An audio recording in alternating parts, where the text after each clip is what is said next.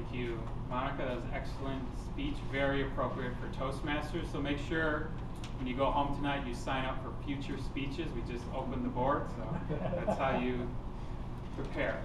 Our next speaker is going to be Ken, and the title of his speech is Tango Surrender, and it's 5 to 7 minutes, so please welcome Ken.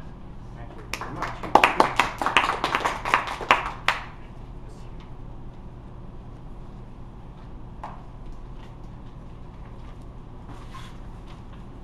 I'm sure you've all seen Argentine tango danced.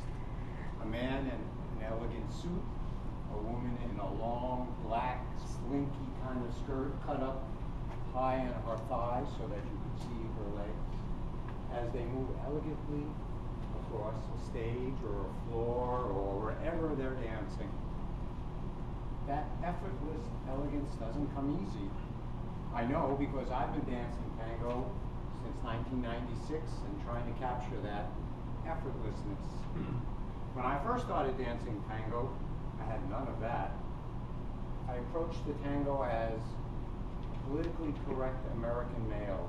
I held the woman way out here, respecting her space, not daring to encroach on that intimate boundary between us.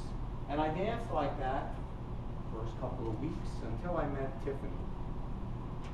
Tiffany was a short, dark-haired woman of Italian-American background, and let's say she was supersized, would be the best way to describe her. But she was outspoken, and one day we were dancing, and she said to me, "Ken, what are you doing way over there? I am here." She pulled me in close like that. And I discovered that was called Tango Close Embrace. So close, her hair whipped across my face, I could smell her perfume, and that supersized body was right up against mine.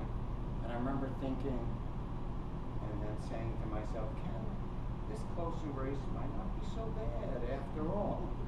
And I discovered, by holding her that close, we could move elegantly and gracefully across the floor.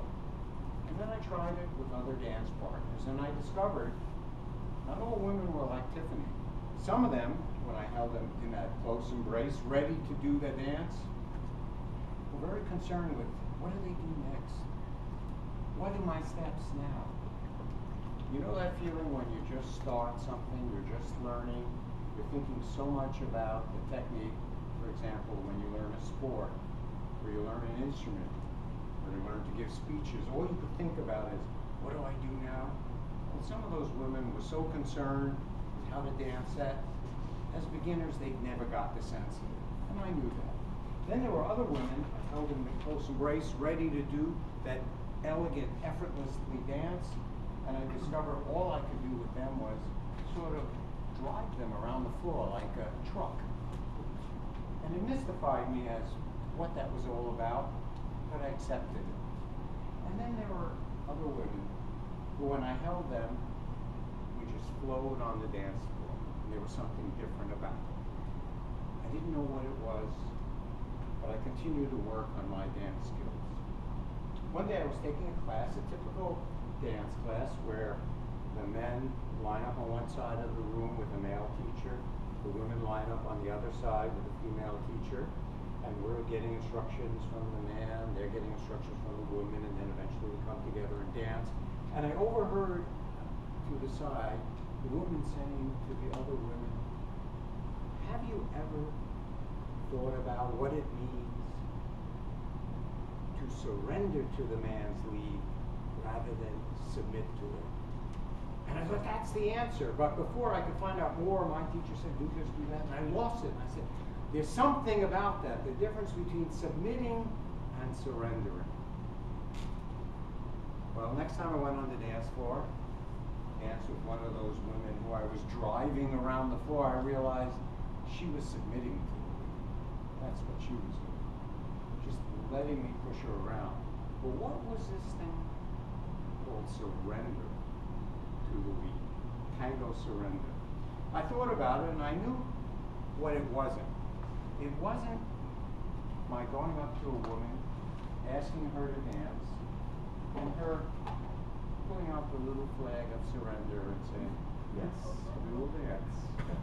It wasn't that. By the way, if you need this later, for you, anyone who needs a surrender, it wasn't that. It was something else. One day I discovered it when I was visiting a young German friend for a different kind of tango, and I saw on the wall of her apartment a photograph. You recognize this photograph? Yeah.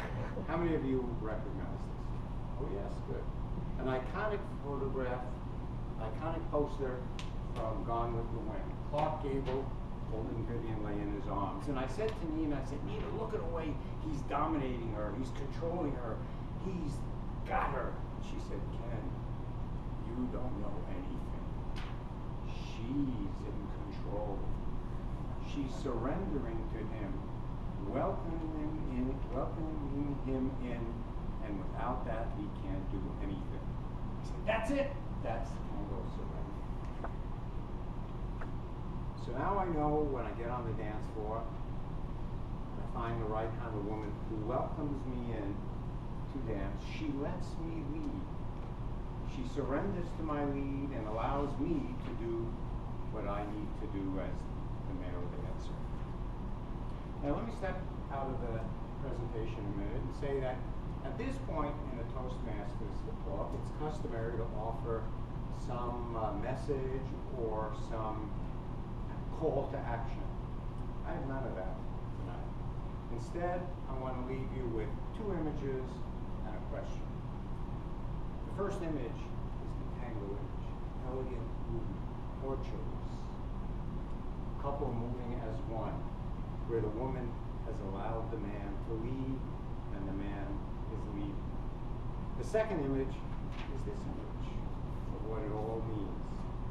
And the question is, when you look at this, who is surrendering to whom?